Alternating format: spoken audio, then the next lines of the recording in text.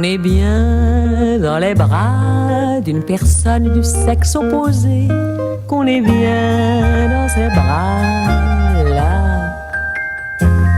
qu'on est bien dans les bras d'une personne du genre qu'on n'a pas, qu'on est bien dans ses bras-là. C'est la vraie prière, la prochaine aime le prochain. C'est la vraie grammaire, le masculin s'accorde avec le féminin. Oh, qu'on est bien dans les bras d'une personne du sexe opposé, qu'on est bien dans ses bras là. Bonjour, Fernando Eichenberg, GMT Globosat. Bonjour. Donc vous êtes philosophe, féministe, socialiste. Et dans votre parcours d'intellectuel, on peut dire que vous avez deux passions, les relations entre les hommes et les femmes et aussi le XVIIIe siècle. Oui. Donc vous avez déjà écrit le premier volume du livre Les passions intellectuelles. Et là, vous allez sortir le deuxième volume. À propos du XVIIIe siècle, qu'est-ce qu'on peut apprendre avec ces siècles aujourd'hui? À quoi il peut nous être utile? À beaucoup de choses. D'abord, quand on est, je dirais, engagé politiquement à gauche, il est impensable de ne pas se référer à ce moment fondateur qui est le 18e, même avant la Révolution, pour comprendre comment les choses se sont faites. Ensuite, c'est quand même là où, à cette époque-là, que naît la notion des droits de l'homme. Et puis j'ajoute quelque chose. Je suis une féministe militante, à ma façon, et nul doute que pour comprendre l'histoire des femmes, il faut revenir au XVIIIe. Que les hommes des Lumières, avant la Révolution française, ont été les précurseurs de la libération des femmes. En plus, le XVIIIe siècle, c'est un siècle qui voit naître des femmes savantes, des femmes philosophes, des femmes astronomes, mathématiciennes. Et je dois dire que j'ai plaisir à faire beaucoup de recherches pour leur redonner vie et les refaire connaître aujourd'hui. On est où avec la femme aujourd'hui? Moi, je suis très dubitative à l'égard de l'évolution de la société française, je dirais européenne, qui est en train, justement, depuis ces 10 dernières années, de se ranger à l'idéologie américaine, féministe américaine. C'est-à-dire débusquer le désir masculin avec la notion de harcèlement sexuel. C'est-à-dire, par exemple, le début dans ce moment d'une lutte qu'on perçoit dans toute l'Europe pour juger les clients des prostituées. Par exemple, la notion de parité en politique. Tout ça peut être considéré comme des grands progrès de l'égalité des sexes. Et moi, j'y vois aussi beaucoup de dangers.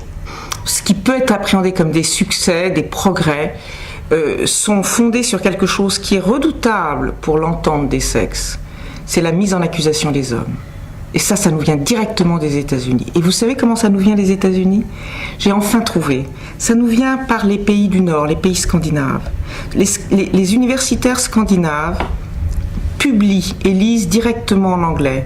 Leur source de travail, ce sont les universités américaines, les travaux universitaires américains. Et une fois qu'elles ont, ces femmes suédoises, danoises, norvégiennes, etc., intégré les données américaines, elles les diffusent par les instances européennes. Et c'est comme ça que nous sommes aujourd'hui, y compris en France, avec des concepts du féminisme américain. Pour ma part, je suis très hostile à ça. Et je suis très hostile à ce qu'on présente toujours les femmes comme des victimes et toujours les hommes comme des salauds. Je veux dire que ça ne peut, à mes yeux, qu'engendrer une méfiance terrible entre les sexes. Et qui dit méfiance dit d'une certaine façon l'impossibilité du désir, des relations amoureuses, du jeu amoureux. Et tout le monde est en état de méfiance à l'égard de l'autre. Vous venez d'accuser dans un article paru dans le journal Libération une manque d'intégration des citoyens de toutes origines dans la République française. Oui. Vous parlez de ces 7 à 8 millions de Français invisibles, comme vous dites. Invisibles, oui, parce que je pense que la République française ne fait pas son travail. La République, elle est universelle ou alors elle n'est pas. Et la représentation nationale a, d'une façon extraordinaire, éliminé les femmes et tous ceux qui sont visibles physiquement, les Français d'origine africaine, d'origine maghrébine, d'origine asiatique, on les voit pas. Il n'y en a pas un dans les assemblées. Avant, il y avait très peu de femmes, donc c'était uniquement des mâles blancs fonctionnaires qui confusément pour le public se ressemblent tous. Vous savez, en France, nous sommes en train de vivre une période quand même très difficile à cause des problèmes d'intégration de tous ces étrangers qui ne se fait pas toujours bien, qui se fait même parfois mal. Et bon, il y a une tentation de l'extrême droite d'utiliser ce thème de la non-intégration des étrangers pour qu'on les mette dehors.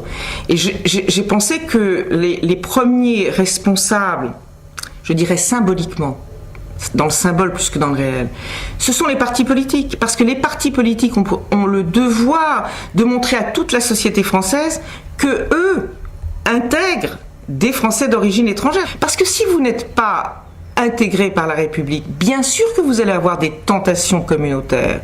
La tentation, c'est « vous ne voulez pas de nous ». Eh bien, nous allons nous constituer en groupe, en communauté. Et donc, on voit en ce moment en France ces tentations apparaître. On voit en ce moment en France le début de la constitution d'un parti des musulmans de France qui n'ont pour unique objet que des objectifs religieux musulmans. On voit par ailleurs des revendications des Noirs qui disent « mais on n'est nulle part, on n'est pas à l'Assemblée, on n'est pas dans les télévisions, on est nulle part, on est invisible ». Et qui sont français et comme tout le monde. Et je voulais simplement, d'une certaine façon, alerter les politiques, alerter l'opinion et aussi prendre date. Parce que je suis convaincue que dans très peu de temps, ces demandes communautaires de maghrébins, de noirs, de musulmans, de gays, pourquoi pas, de gays et lesbiennes, vont apparaître. Et elles vont apparaître avec comme une réponse que j'appelle presque désespérée au fait que, pour l'instant, personne ne s'occupe d'eux et personne ne les considère finalement comme des Français comme les autres. Comme philosophe, vous croyez en l'avenir de l'être humain ou vous êtes plutôt pessimiste? Je suis optimiste, mais c'est un tempérament qui vous parle et pas une raison. Je n'ai pas vraiment de raison d'être optimiste, mais mon tempérament personnel et en plus je dirais aussi ma confiance dans l'opinion. Fait que je pense qu'en dernier ressort, on ne laissera pas, en tous les cas, les extrêmes prendre le dessus. Mais ce qui va se jouer maintenant en Europe est fondamental parce que l'Europe, elle se construit en ce moment. Et s'il n'y a que des gouvernements de droite et de droite parfois durs, comme en Italie, en Europe, il faut bien comprendre que toutes les institutions européennes que nous construisons, comme la Constitution européenne en ce moment, ou comme d'autres institutions, seront marquées de ce saut de la droite extrême. Et ça, c'est très grave.